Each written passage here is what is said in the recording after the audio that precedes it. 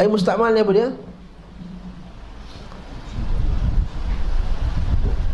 Itu dia pusing balik tajuk tu.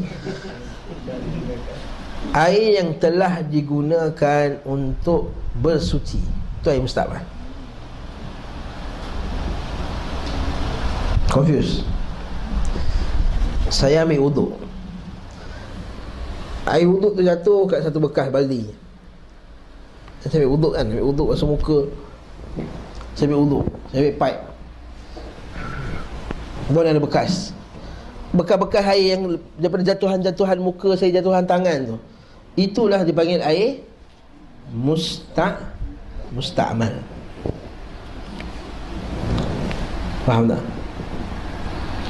Cuma kita katakan air mustakmal ini dalam mazhab Syafi'i rahimahullah ta'ala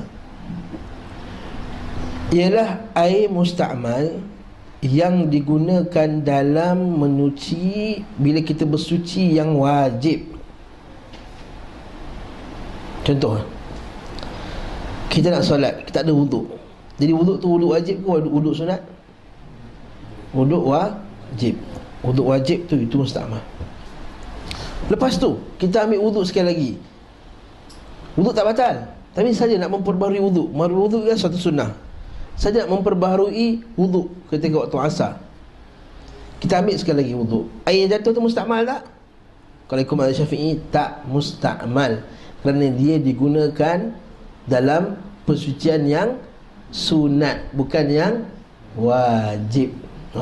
Itu benda ni banyak kitab-kitab, banyak orang tak sebut. Sebab kita ni, kita mengaji kitab fiqh masa yang standard sekolah rendah punya, yang kita ajar kat kafar-kafar tu. Sekolah kafar-kafar ni takkan ajar detail dekat anak-anak kecil ni tu. Takkan ajar anak-anak ni ada masalah ni khilaf, masalah ni beza ana mazhab Syafi'i. Pening lah budak ni. Tapi sebenarnya dia ada perbincangan yang lebih dalam kat dalam tu, yang kita perlu baca sebenarnya. Kita stop kat situ je air mustakmal. Tak letak syarat air mustakmal tu apa. Itu. Yang kedua, syarat mustakmal ialah dia selagi tak berpisah daripada tubuh badan, yang kat situ tu dia tak mustakmal lagi. Sebab itulah mazhab Syafi'i, kan kita baca hadis Nabi sallallahu alaihi wasallam. Nabi pernah sekali ambil wuduk, kemudian kepala tak basuh lagi. Air dah tak ada dah. Nabi ambil air dekat janggut dia, Nabi sapu kat kepala. Bukan mustakmal ke tu ustaz? Mazhab Syafi'i, air yang belum berpisah daripada tubuh badan tu, air itu adalah belum lagi air mustakmal. Faham ke ni? Ni tak macam akidah dia. Akidah dia direct sikit, ni dia fiqah kan. Maka sebab tu Nabi SAW dia pernah ambil air dari janggut dia, sapu kepala. Nampak tak? Jadi dua syarat tadi, apa dia? Wajib. Yang kedua tak berpisah lagi, itu tak dianggap sebagai mustakmal. Jadi ini air yang pertama yang suci. Air itu suci tak? Suci kalau kita tengok bersih, tapi tak boleh menyucikan. Cuma dalam bab ni jangan jadi ekstrim mustakmal. Apa ustaz ekstrim mustakmal ni pula? Ekstrim mustakmal ni, kita ambil wuduk, terpercik satu titik je, dua tiga percikan termasuk dalam baldi sebelah tu, dah tak boleh pakai, air ni mustakmal. Tak. Mustakmal tu air yang kita kumpul tu je mustakmal. Terpercik 2-3 titik masuk dalam baldi tu balik, tu tak kira sebagai mustakmal. Tak dikira sebagai mustakmal. Ustaz, baldi tak cukup 2 kolah, mustakmal tak. 2 kolah tu kita akan bincang tu dalam masalah najis, bukan masalah air mustakmal yang terpercik ke dalam baldi tu. Kalau kita tengok ekstrim mustakmal ni, bila ekstrim mustakmal tu yang tak boleh menitik, 2 titik pun tak boleh masuk dalam baldi tu. Kalau tak, di baldi tu mustakmal, habis satu baldi tak boleh pakai. Jangan faham macam tu. Lepas tu kita bezakan, kita kena kefahaman dengan beza apa yang terbiasa dalam masyarakat kita. Itu mustakmal. Faham tak mustakmal ni? Dan kedua ialah air yang berubah kerana campur dengan benda-benda suci. Dia suci tapi tak menyucikan. Macam air yang kita minum tadi. Sedap air tadi. Air apa tadi tu? Air apa? Air jambu. Sedap air dia. Air itu suci tak? Macam confused je. Suci ke tak suci? Suci ke tak suci? Suci lah, kita minum kami sedap bercawan. Saya minum 2 cawan tadi. Kalau tak suci mana boleh minum? Tapi menyucikan tak? Tak menyucikan. Apa dia punya dhabit dia, apa dia punya kaedah nak tahu dia suci tapi tak menyucikan tu? Berubah bau, warna dan rasa. Rasa jambu, confirm. Sebagai ulama kata dia mesti ada istimak 3-3 sekali. Maksudnya 3-3 sekali berubah. Tapi yang sahih, pendapat yang sahih mengatakan bahawa yang benar hanyalah kalau berubah satu je pun dah menukarkan dia suci tapi tak boleh buat wuduk. Air karen? Okey, air yang tak boleh, susah untuk memisahkannya, seperti tanah. Kata ulama macam kita ada bekas, ada tanah bawah tu, tanah-tanah tu, air tanah tu. Yang kedua macam karat. Yang ketiga macam dedaun-daun dan juga rumpai-rumpai, jadi menjadikan air tu macam hijau-hijau sikit. Yang ni kata ulama tak mengeluarkannya daripada air mutlak, boleh pakai. Bagus, soalan tu bagus. Cuma ada satu soalan saya pernah dapat. Air aircon ustaz, ni saya pernah dapat. Ni bukan lawak ni, confirm ni bukan lawak. Saya pernah kena soalan ni. Air aircon, saya pun air aircon saya pun air aircon nak kata mustakmal lah kena guna. Air aircon boleh. Saya kata kalau suci bersih pakailah. Tak sabit padanya kerosakan, tak ada chemical dalam tu apa semua. Kalau betul, maka pakailah, bersihlah dia. So air mutlak ni air mutlak. Wallahu ta'ala alam bisawab. Kat sini kata apa? Dalil yang menerangkan. Okey. Tapi kitab ni bagus. Al-Syekh ni dia bawa pula dalil yang kata air mustakmal ni suci. Sebab yang kata air mustakmal tak suci mazhab Syafi'i. Dalam mazhab-mazhab yang lain kata air mustakmal ni boleh guna selagi tidak keluar daripada, tadilah tak berubah bau, warna dan rasa, maka boleh kita pakainya. Saya bagi contoh ya. Nah, hadis tempat ni daripada Bukhari dan Muslim, hadis sahih ni. Dari Jabir bin Abdullah radhiyallahu anhu, ia berkata, suatu ketika Rasulullah SAW datang menjengukku. Saat itu aku sedang sakit dan tidak sedarkan diri. Rasulullah berwuduk dan menyiramkan aku dengan air yang telah beliau gunakan untuk berwuduk. Nampak tak? Nabi wuduk, air yang Nabi dah pakai tu, katakanlah macam ni lah, bekas ni, bekas ni Nabi pakai guna untuk wuduk. Kita bayangkan bukan pipe masa tu tau, satu bekas. Biasanya zaman Nabi SAW bila wuduk mesti Nabi gunakan air tu untuk wuduk. Bekas air tu yang baki tu Nabi bagi dekat, Nabi wudukkan Jabir bin Abdullah.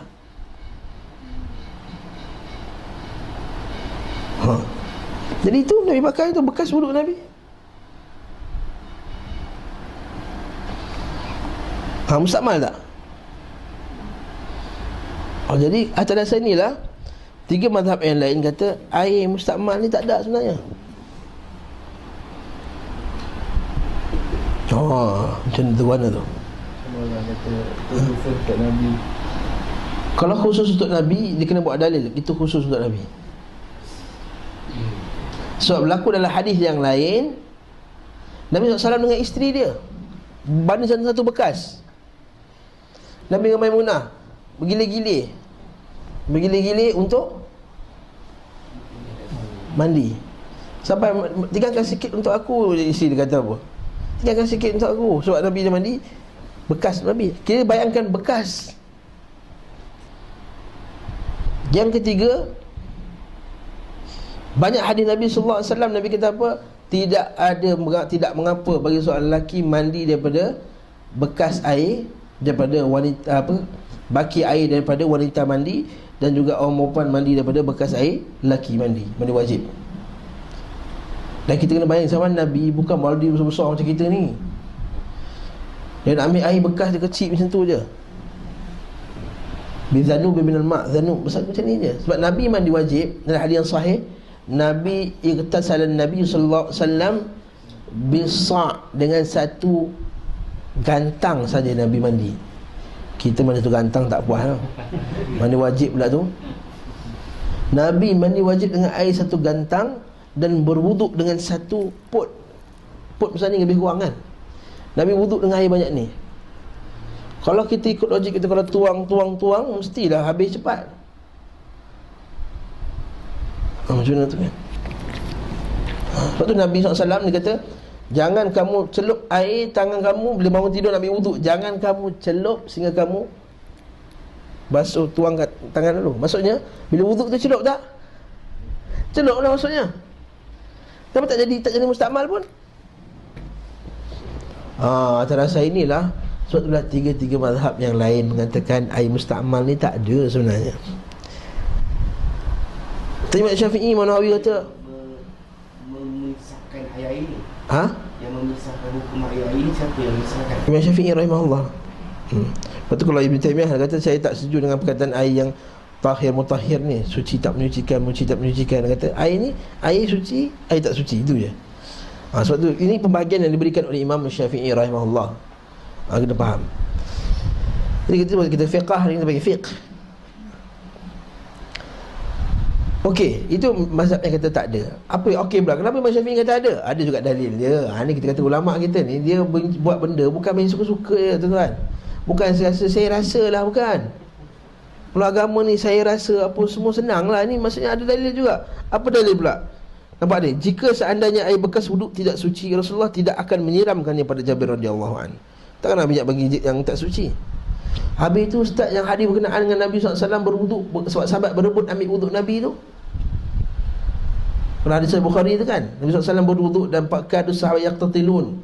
Hampir-hampir sahabat ni nak bergaduh-gaduh sebab nak ambil wuduk daripada Nabi SAW. Mereka nak ambil wuduk daripada Nabi, bukan nak ambil wuduk balik.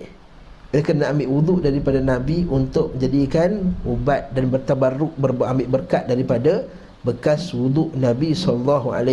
Bukan nak wuduk balik dengan wuduk tadi. Yang ini salah faham. Itu Mazhab Syafi'i jawab. Ada yang kata tak, mereka ambil wuduk untuk wuduk balik lah dengan air tu. Dari bawah nampak boleh juga ambil bekas air mustakmal tadi untuk dijadikan wuduk. Jadi apa dia? Sedangkan dalil yang menjelaskan bahawa air itu tidak dapat dipakai lagi adalah hadis, ada juga hadisnya Muslim, sahih juga. Dan lain-lain daripada Abu Hurairah radhiyallahu anhu, ia berkata bahawa Rasulullah SAW bersabda, la yaghtasilu ahadukum fil ma'id daim wa huwa junub. Janganlah seorang dari kalian mandi dalam air yang diam, tidak mengalir sementara ia dalam keadaan junub. Lalu orang bertanya, wahai Abu Hurairah, jadi apa yang harus dikerjakan? Hendaklah ia mencedoknya dengan gayung. Hadis di atas memberi pengertian bahawa mandi dalam air yang tidak mengalir menyebabkan hilangnya sifat menyucikan air tersebut. Garis kat situ. Tidak mengalir, mandi dalam air menyebabkan hilang sifat menyucikan air tersebut. Sebab jika tidak, Rasul tidak akan melarangnya. Ini cara Imam Syafi'i faham. Sedangkan ulama lain kata tak, yang Nabi larang ni supaya tak nak kita masuk air tersebut, mandi dalam tu. Dalam air tu jadi apa? Kotor lah. Orang lain tak boleh nak pakai manfaat daripada air tersebut. Tu Nabi tak kasih mandi dalam tu. Bukan sebab Nabi tak kasih, bukan sebabkan air tu nanti apa? Mustakmal. Kita ada satu bekas air, kita bagi orang mandi dalam tu. Kalau kita mandi dalam tu apa semua, nanti air tu jadi kotor lah, berubah warna nanti. Sebab kita kan, bila kita mandi dalam tu, macam-macam badan kita, daki apa semua keluar, nanti kotor.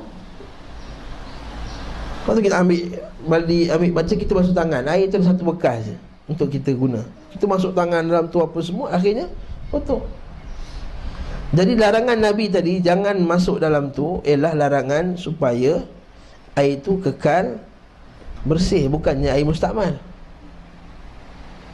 Bila orang lain boleh mandi, boleh minum, boleh apa, sebab air daim, tak mengalir. Itu cara ulama lain jawab. Sebab tu kita kata perbezaan khilaf ulama ni adalah cara faham dalil. Habis tu jadi ni, apa kesimpulan ni ustaz? Ada ke tak ada mustakmal ni? Ustaz ni bincang sana sini, lompat hadis ni, lompat hadis ni. Saya nak kesimpulan ni ustaz, nak pakai senang kita. Mustakmal boleh pakai, tak boleh pakai? Saya katakan macam ni, kalaulah air tu mengalir kat bawah mandi kan, air mengalir kat bawah tu, kita ambil kat bawah dekat lantai tu untuk ambil wuduk. Air ni kita tak adalah buat. Untuk Imam Nawawi kata tak ada para sahabat buat macam tu. Mereka ni air kurang sangat air ni, tak ada siapa pun pergi ambil tadah air wuduk orang untuk ambil wuduk balik. Tak ada siapa pun yang tadah ambil wuduk orang untuk ambil wuduk balik. Ni kadang-kadang negeri ni tak ada air. Kalau itu maksud dia, yes, itu tak usah pakai. Tapi kalau lah air tu kita pakai satu bekas ni, kecil ni katakanlah, saya ambil wuduk, ambil basuh muka, lepas tu ada baki lagi setengah, Sabri ambil wuduk, boleh tak? Boleh tak? Saya kata boleh, selagi tak berubah bau, warna dan rasa. Faham tak? Itu ialah kesimpulan. Itu kesimpulan yang paling sesuai dengan dalil, kena dengan dalil Jabir, dalil dengan hadis Maimunah, ada banyak lagi hadis lain, dan juga praktik dengan apa yang kita katakan yang dipaham oleh ulama Syafi'i, bahawa air itu mengalir-ngalir itu tak bersahabat ambil pun air tersebut. Saya tak masalah. Tapi kalau tuan-tuan kata, Ustaz tak selesa lah, saya nak pakai juga air mustakmal, pakailah, tak masalah. Pakailah, ni perbezaan pendapat. Cuma tak boleh lah ini kata itu salah, ini kata ini salah. Saya tak berani kata macam tu.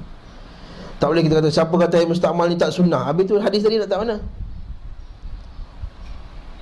Kadang-kadang orang belajar sunnah ni, kadang-kadang satu perangai dia cepat nak tuduh orang yang tak sunnah. Tak sunnah air mustakmal. Imam Syafi'i yang banyak dalil ni. Kalau kita buka kitab Majmu', banyak agak dalil dia. Bila mula-mula saya bilang di fiqh sunnah, saya memang air mustakmal ni tak ada langsung. Bila buka kitab Syafi'i, dalil dia kuat lah. Rasa macam aku rasa macam ada pula mustakmal ni kata. Tapi bila kita kaji balik, baca balik lawan balas dan apa semua, kita kata yes, pendapat yang tepat adalah air mustakmal tu, yang dimasukkan secara yang lebih tepat adalah air yang bekas dah pakai tu, saki baki air yang dah pakai tu. Ada pun bekas yang kita pakai, kita guna macam ni, itu tak lagi mustakmal selagi tak berubah bau, warna dan rasa. Sebab tu lah ada salah satu mazhab dari Syafi'i, Ruyani, Imam Ar-Rafi'i, dia kata air mustakmal yang ngalir tu kita pakai bukan sebab dia tak boleh pakai, tapi ta'abudi je, sebagai istiqdar, rasa kotor benda tersebut untuk kita gunakan. Sebab tu para sahabat tak pakai benda tu, bukan sebab dia kata air tu mustakmal, tapi sebab dia kata gelilah pakai, bekas mandi orang dah basuh apa semua, nak ambil pula air tu, walaupun tak berubah bau warna rasa, tapi kotor, geli nak pakai. Sebab tu para sahabat tak ambil air tersebut. Ini hujah balas kepada Imam An-Nawawi rahimahullah. An-Nawawi kata apa? Tak ada seorang sahabat pun ambil air bekas mandi orang. Imam Syafi'i juga kata, yalah sebab tak ambil geli nak ambil. Dan air lain ada sebab geli, bukan sebab kata air tak dipakai, sebab geli. Itu jawapan dia kepada hujah Imam Nawawi. Imam Nawawi kata tak ada satu sahabat pun yang buat macam tu. Kau kata kamu ni ikut sahabat kan, kata salaf sunnah. Kau tengok sahabat tak pernah ambil pun air bekas orang.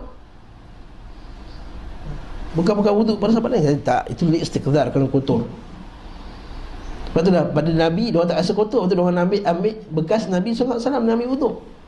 Dalil bahawa air mustakmal tu boleh pakai. Sebab dengan Nabi dia tak rasa geli, dengan orang lain orang rasa geli, orang tu dia tak ambil. Bukan sebab air tu mustakmal. Faham ke maksud saya ni? Baby dekat depan ni tak faham lah je. Faham tak? Tapi Ustaz, kalau saya nak pegang buat mustakmal, pula pegang lah. Kalau mustakmal, siapa dah pakai wuduk ni, kecil ni tak boleh pakai dah air tu dah. Tak boleh pakai dah mustakmal. Saya masalah? Saya tak? Ni senangnya air ni, tak susah. Hukum menggunakan air, namun yang dimasukkan dalam hadis ni adalah air yang sedikit lah isu dia. Kalau air tu lebih pada 2 kolah besar, pakailah banyak mana pun. Hukum menggunakan air untuk wuduk dalam masalah ini sama dengan hukum mandi junub, sama juga. Artinya sama-sama dilarang kerana keduanya memiliki erti yang serupa, yakni menghilangkan hadas. Itu maksud air mustakmal. Maksudnya kalaulah ramai besar, air tu 2 kolah, ramai-ramai celup pun tak ada masalah. tak merubah. Jadi kalau siapa yang pegang pada pendapat air mustakmal tu adalah, kalau pendapat yang kata selagi air tu bersih, macam mana pakai lah. Dan mana tak berubah bau, warna dan rasa.